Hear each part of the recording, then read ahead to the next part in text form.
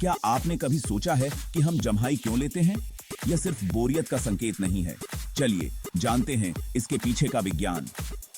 जम्हाई लेना एक तरह से संक्रामक है। जब आप किसी को जम्हाई लेते हुए देखते हैं तो आप भी ऐसा करने लगते हैं।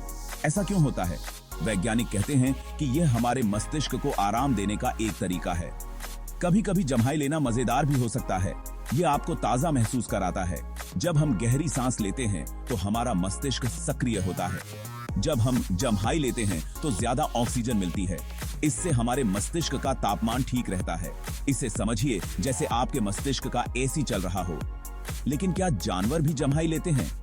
और क्रिकेट में जम्हाई लेना क्या बोरियत का संकेत है? चलिए देखते हैं।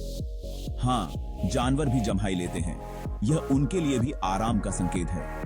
तो अगली बार जब आप जम्हाई लें, याद रखें, यह सिर्फ बोरियत नहीं है, बल्कि आपके मस्तिष्क का सिग्नल है। अगर आपको यह